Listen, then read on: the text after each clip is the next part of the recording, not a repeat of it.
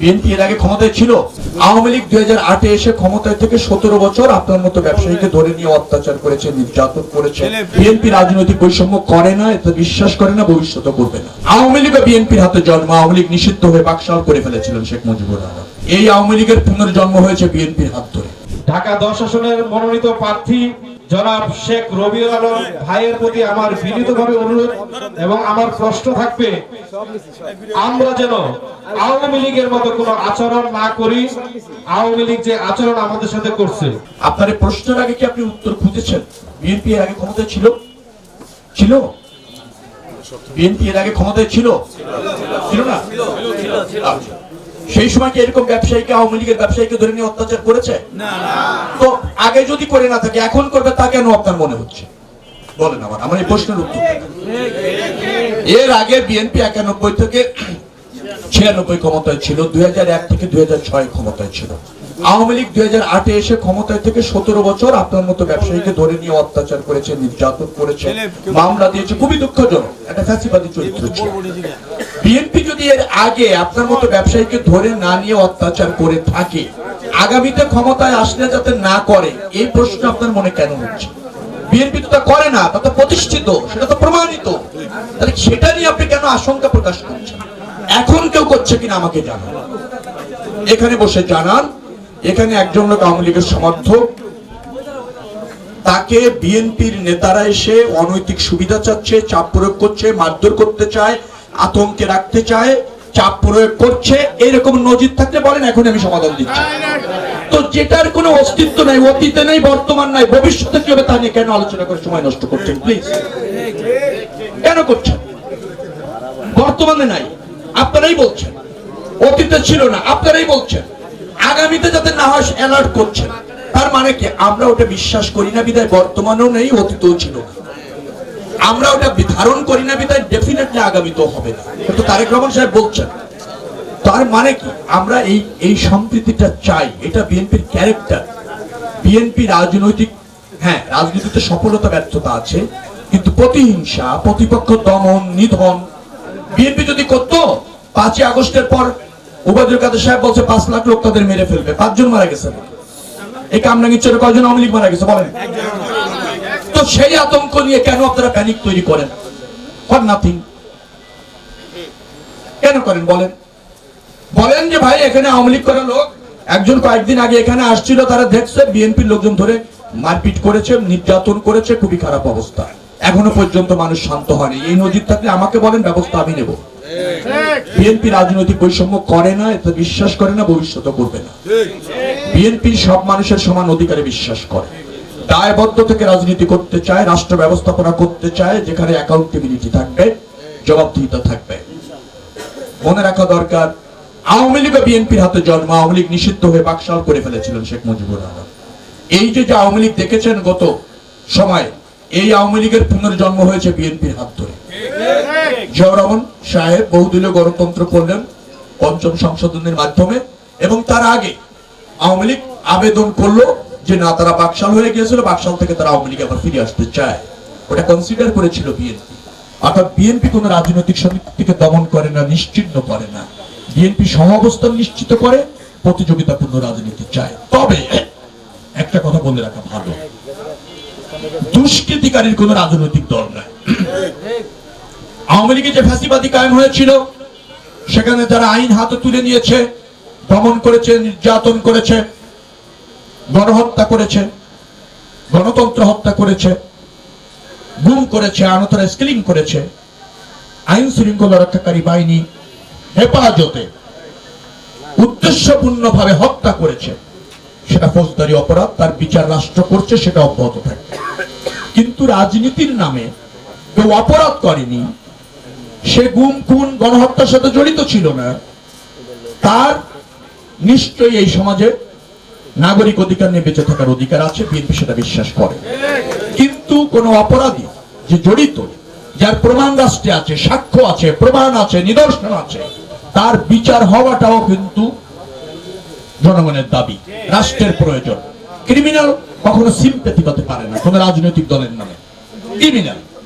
Criminal যদি কেউ identify হয়ে থাকে, ডেফিনেটলি তার বিচার বিএনপি করবে, কারণ এটা জনগণের দাবি, এটা রাষ্ট্রের নিড, রাষ্ট্রের প্রয়োজন।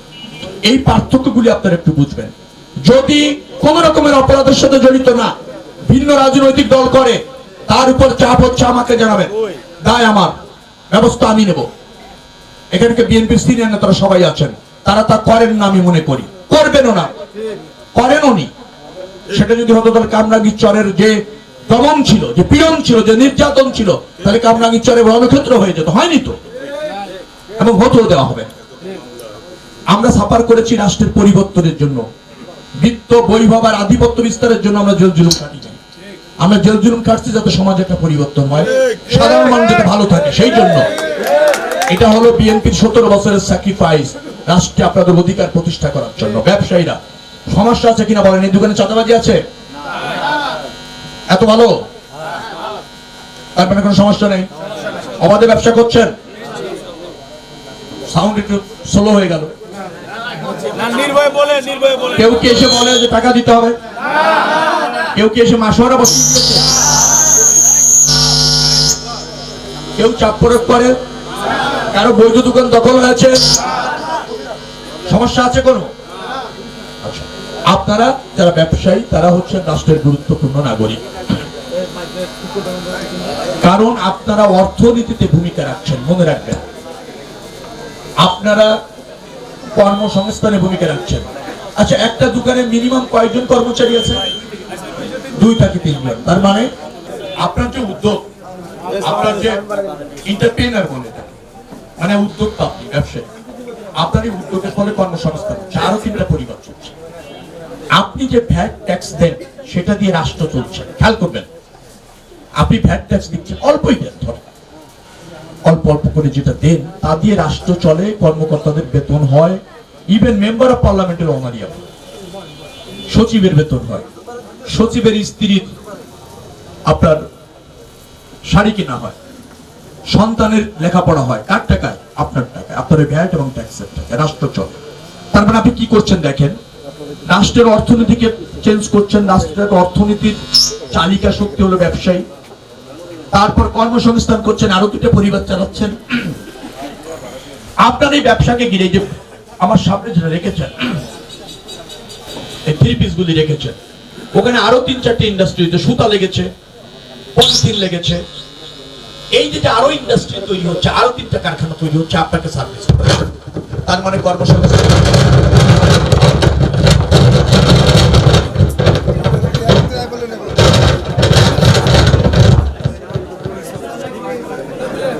এটা হচ্ছে আপনারা রাষ্ট্রের চালিকা শক্তি, মূল শক্তি। আপনারা বেঁচে থাকলে অর্থনীতি বেঁচে থাকে, আপনাদের অবদান অনেক।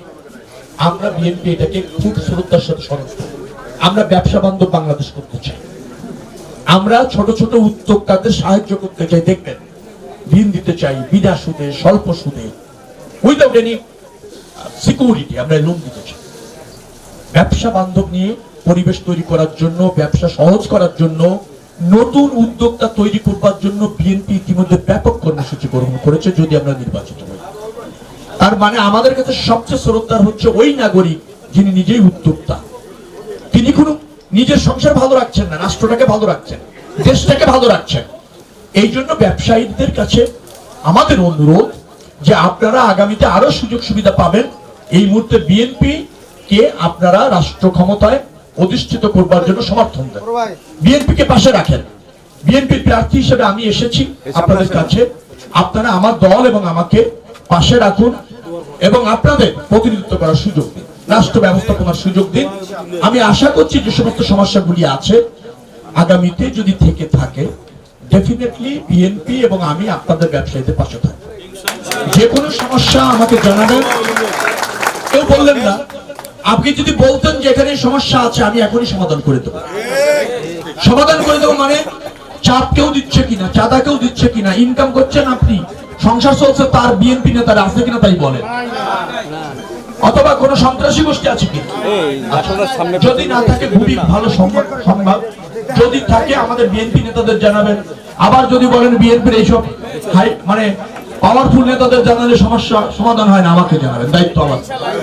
আমাদের দল করে কেউ দুর্বৃত্তায়ন করতে পারবে না বিএনপি করে।